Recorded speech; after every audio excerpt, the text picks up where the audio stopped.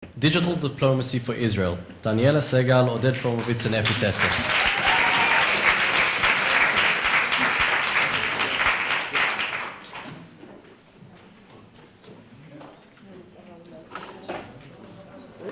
תום, בוא דקה.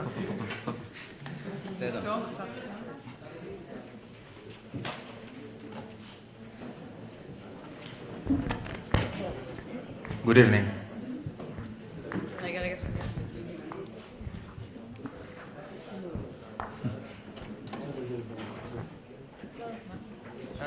תום.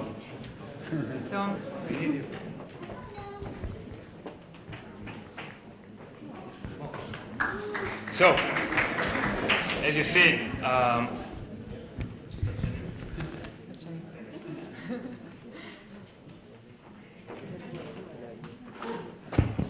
so before we will start, I want to introduce you our team, Daniella, Effie, and myself. I think we can assume that probably half of you are using Facebook right now, and the other half are using Twitter, Instagram, Pinterest, LinkedIn, and so forth. Who doesn't know how to use these tools these days? Even the younger child know how to use it. However, our 65-year-old state doesn't. Israel has a lack of understanding of how to use these tools in order to create friends around the world. What led us to explore this subject is the following timeline. In 2006, the State Comptroller report following the Second Lebanon War. In 2011, the Arab Spring, which was triggered by the social media press. And in 2012, Pillar of Defense, where Israel literally won on the ground but lost the battlefield in the social media. These events led us to our research question. How can Israel institution further public diplomacy through the use of new media? First, we decided to look on Israel's public diplomacy official bodies and how they use or do not use social media tools. We found that there is no correlation between the bodies regarding the use of new media. There is no professional training on how to use these tools. There is no one new media policy for times of conflict and for times of peace. And as well, you will all be surprised that there is no one well-designed official website as a first look on Israel in the web. Effie? That we also can't forget that in the last BBC rating poll, 52% claimed that Israel has a mainly negative influence on the world, slightly less than North Korea, Pakistan, and our dear friend Iran.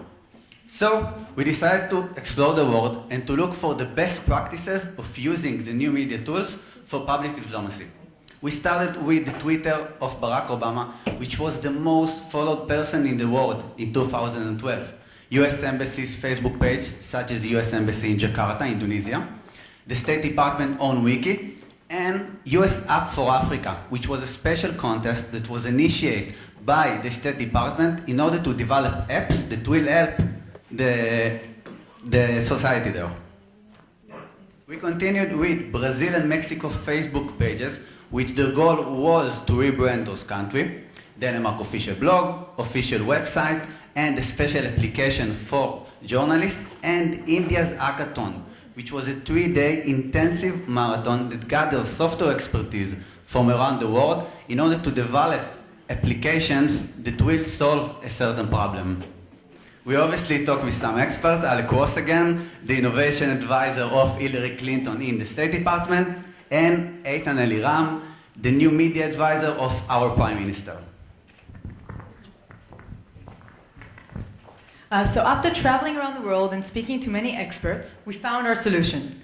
We want to offer a digital diplomacy training course in which young, talented people will learn all there is to know about public diplomacy, the media tools, how to use them, how different countries use them. This way, Israel will have a network of digital diplomacy advisors in each of the relevant ministries and embassies. They will answer each to their own organization, but also to the head of digital diplomacy, who will be under the Prime Minister's office.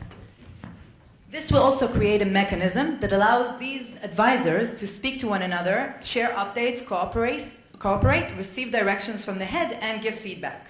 Thus, Israel can decide on coherent messages, for instance, in times of conflict, that we can defend our narrative. Online, we want to create a website, Israel.com. We found out that this domain right now is being sold for $1.2 million, so we will be accepting donations at the end of this presentation. This website will be available in as many languages as possible and will be managed by a professional editor working under the head of digital diplomacy. And the materials will be produced by each of the different advisors working in each of the ministries and embassies. For example, the Visit in Israel section will be run by our advisor in the Ministry of Tourism, while the Startup Nation section will be run by our advisor in the Ministry of Economy and Trade. The main page will also display latest posts and feeds from the new official Facebook, Twitter, and blog of Israel. And it will also be linked to all the social network tools of the official ministries, embassies, and IDF, where our advisors are working. In addition, we want to use the fact that Israel is a superpower app producer and have the government sponsor initiatives that will further digital diplomacy in Israel. For instance, we want to initiate an app contest in developing countries, like the US did for Africa, which Effie explained. We want to initiate a digital diplomacy hackathon, and we want to form an annual award of digital diplomacy that provides government funding for the best private diplomacy initiative. Now, for those of you who are still skeptical about new media's place in diplomacy, let me remind you that in the mid-19th century, upon receiving his first telegraph, Lord Palmerston, who was Prime Minister of Israel, was reported to have exclaimed, "Oh my God, this is the end of diplomacy." And of course, this was only the beginning. We believe that digital diplomacy, or as we call it, digiplomacy, is the future of public diplomacy. Thank you.